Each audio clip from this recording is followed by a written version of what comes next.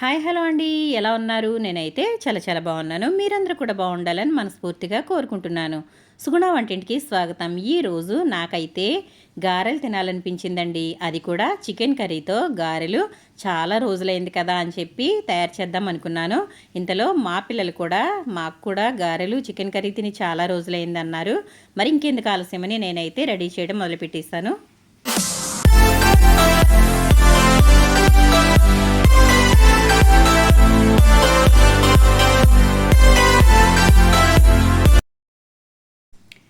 గారెలు చేసుకుందామనే హడావిడిలో పప్పు నానబోయడం అయితే వీడియో చేయడం మర్చిపోయానండి. కాబట్టి నానిన పప్పు దగ్గర నుంచి వీడియో అయితే కంటిన్యూ అవుతుంది, చూసేయండి. నేనైతే ఈ విధంగా మినపప్పు అయితే నానబెట్టుకున్నాను. ఇది ఒక 3 గంటల పాటు నానబెట్టుకున్నాను. చక్కగా పప్పు అయితే నానిపోయింది. ఇప్పుడు మన గ్రైండర్లో ఈ పప్పు అయితే వాటర్ అనేవి లేకుండా మొత్తం కూడా వాడేసేసి ఈ విధంగా అయితే వేస్తున్నాను. గారెల పిండి రుబ్బుకునేటప్పుడు వాటర్ అనేవి వేసుకోకూడదు కాబట్టి నేనైతే వాటర్ అనేవి లేకుండా పప్పు అంతా కూడా ఈ విధంగా జాలి గిన్నెలో వేసి ఆ తర్వాత పప్పు అయితే గ్రైండర్లో వేసేసాను. మనం గారెల పిండి రుబ్బుకునేటప్పుడు గ్రైండర్లో వేసుకున్నట్లయితే గారెలు అయితే చక్కగా లోపలంతా కూడా స్పాంజ్ లాగా పైన అయితే క్రిస్పీగా వస్తాయి. మనం పిండిని మిక్సీలో వేసుకున్నా కూడా కొన్ని టిప్స్ అయితే పాటించి చక్కగా వేసుకోవచ్చు. మరి నేనైతే ఈ విధంగా ఈరోజైతే గ్రైండర్లో వేసేసాను. కాసేపు ఆగిన తర్వాత ఒకసారి చూద్దామండి. ఇదిగోండి, పిండి అయితే చక్కగా మెత్తగా మెదిగిపోయింది. ఇప్పుడు ఈ పిండిని కొంచెం వాటర్లో అయితే వేసి చూద్దాము. ఈ విధంగా వాటర్లో వేసినప్పుడు పిండి అయితే పైకి తేలితే మనకి పర్ఫెక్ట్గా గార్ల పిండి అనేది రెడీ అయినట్లే.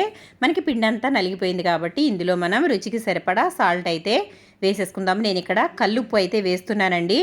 ఈ విధంగా కల్లుప్పు వేయడం వల్ల పిండి అనేది మరీ జారుగా అయిపోకుండా ఉంటుంది. మనం ఇందులో ఏమాత్రం వాటర్ వేసుకోలేదు కాబట్టి ఈ విధంగా కల్లుప్పు వేసుకున్నట్లయితే పిండి అనేది పర్ఫెక్ట్గా ఉంటుంది. పిండి అయితే నలిగిపోయింది కదా. ఇప్పుడైతే నేను పిండిని గ్రైండర్లో నుండి తీసేసుకుంటున్నాను. ఒక గిన్నెలోకి అయితే తీసేసుకుంటున్నాను. ఇందులో మీకు నచ్చినట్లయితే ఉల్లిపాయ, పచ్చిమిర్చి, అలాగే కొత్తిమీర, పుదీనా అన్నీ వేసుకోవచ్చండి. నేనైతే ఈ విధంగా ప్లెయిన్గానే తయారు చేసుకుందామని అనుకుంటున్నాను కాబట్టి ఇందులో నేను ఏమీ వేయడం లేదు. పిండి అయితే ఇలా గ్రైండర్లో నుండి తీసేస్తున్నాను. చూడండి, పిండి అయితే ఇలా తీసేసుకున్నాను కదా. ఇప్పుడు మనం స్టవ్ వెలిగించుకుని గారెలు అయితే వేసేసుకుందామండి. పర్ఫెక్ట్గా గారెల పిండి అనేది మనకి రెడీ అయిపోయింది. నేనైతే ఇక్కడ ఒక బాండీ అయితే పెట్టేసుకున్నాను. అలాగే స్టవ్ కూడా వెలిగించేసుకుంటున్నాను. బాండీ కొంచెం వేడవనిద్దాము. వేడైన తర్వాత ఆయిల్ అయితే వేసుకోవాలి. మనకి గారెలకి వేయించుకోవడానికి ఎంత ఆయిల్ అయితే పడుతుందో అంత ఆయిల్ అయితే ఇందులో వేసుకోవాలి. నేనైతే ఇక్కడ సన్ఫ్లవర్ ఆయిలే యూజ్ చేస్తున్నానండి. ఇప్పుడు ఆయిల్ అయితే వేడైంది. మనం తయారు చేసుకున్న పిండి ఉంది కదా, ఈ పిండిని మనం ఒక కవర్ మీద కొంచెం కవర్ అయితే తడి చేసుకున్నాను.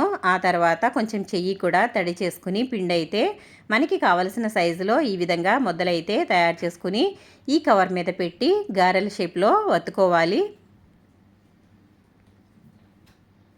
చూడండి, నేనైతే ఈ విధంగా కవర్ అయితే తీసుకున్నాను కదా. కవర్కి కొంచెం తడి చేసుకుని ఈ విధంగా పిండి అయితే పెట్టుకుని దీని మధ్యలో ఒక హోల్ అయితే పెట్టాను. ఇప్పుడు మనమైతే గారెలు అయితే ఇందులో వేసేసుకుందాము. చూడండి, ఇలా అయితే మనం తయారు చేసుకున్న తర్వాత ఇలా హోల్ అయితే పెట్టేసుకుని మనం ఇప్పుడు గారె అయితే వేసేసుకుందాము. చూసారా, గారెలు వేసే గ్యాప్లో ఇందులో అయితే ఆయిల్లో ఒక చుక్క వాటర్ అయితే పడిందండి. అది చాలాసేపు అయితే చిటపటమంది.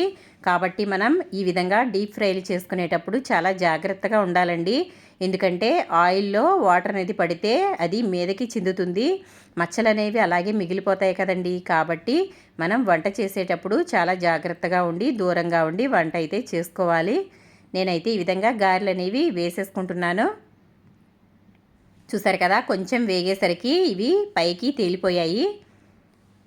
ఇలా అయితే మనం గారెలు అయితే వేసుకోవాలి. మనకి నచ్చిన కలర్లో వేయించుకోవాలి. చాలామంది తెల్ల తెల్లగానే ఉండగానే తీసేస్తారు. నాకైతే అలా నచ్చదండి. కొంచెం ఇవి మంచి కలర్లోకి అయితే రావాలి. అలా అయితే క్రిస్పీగా లోపల స్పాంజ్ లాగా ఉంటుంది. కాబట్టి నేనైతే ఈ విధంగా మంచి కలర్ వచ్చే వరకు వేయించుకుంటాను. ఇప్పుడు ఇలా అయితే ఒక జాలి గెరటితో నేనైతే తీసేసుకుంటున్నాను. మనం తిప్పుకునేటప్పుడు ఒక అట్లపుల్ల ఉంటుంది కదండి, దానిని వెనక్కి తిప్పైతే తిప్పుతూ ఉంటాను నేను. లేదంటే మీ దగ్గర ఏదైనా ఒక పుల్లున్నా కూడా చక్కగా దీనిని తిప్పుకోవచ్చండి. ఇలా అయితే మనకి గారెలు అనేవి పర్ఫెక్ట్గా వస్తాయి. చూసారు కదా ఎంతో టేస్టీగా ఉండే గారెలు అయితే రెడీ అయిపోయాయి. మరి వీడియో నచ్చిందా? నచ్చితే కనుక లైక్ చేయండి, షేర్ చేయండి, సబ్స్క్రైబ్ చేయండి ఫ్రెండ్స్.